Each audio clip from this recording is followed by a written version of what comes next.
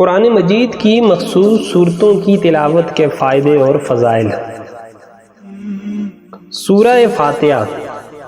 سورہ فاتحہ کو قرآن مجید کی سب سے بڑی سورت سمجھا جاتا ہے۔ یہ قرآن مجید کا ابتدائی باب ہے اور 5 نمازوں کی ہر رکعت میں پڑھا جاتا ہے۔ اس سورت کی تلاوت دل کو پاک کرنے، ایمان بڑھانے اور اللہ کی ہدایت حاصل کرنے میں مدد دیتی ہے۔ سورہ بقرہ۔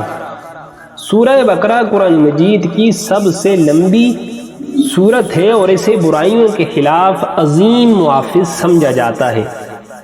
اس سورہ کی تلاوت کرنے سے شیطان اور اس کے وسوسوں سے بچنے میں مدد ملتی ہے اور اپنے گھر کو نقصان سے بچاتا ہے۔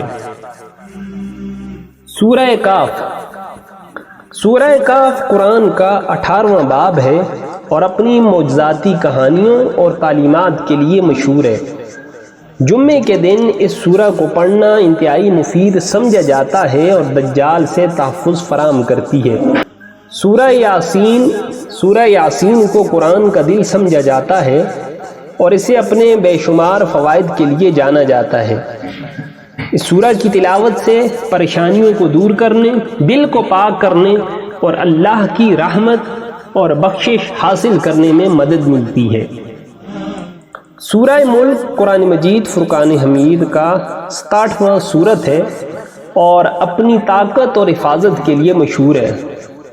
سونے سے پہلے اس سورہ کی تلاوت کرنے سے عذاب قبر سے بچا جا سکتا ہے۔ سورہ واقعہ۔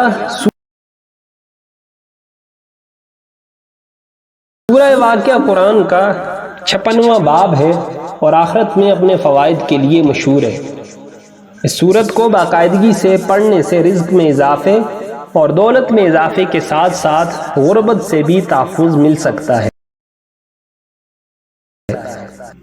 سورہ فلق اور سورہ ناس۔ سورہ فلق اور سورہ ناس قرآن مجید کی آخری 2 سورتیں ہیں اور انہیں معوذتین یا 2 حفاظتوں کے نام سے جانا جاتا ہے۔ ان سورتوں کو پڑھنے سے کالا جادو اور نظر بد سمیت برائیوں اور نقصانات سے تحفظ ملتا ہے۔ تو اللہ قرآن مجید کی ان چھوٹی چھوٹی سورتوں کو تمام مسلمانوں کو باقاعدگی کے ساتھ پڑھنے کی توفیق عطا فرمائے۔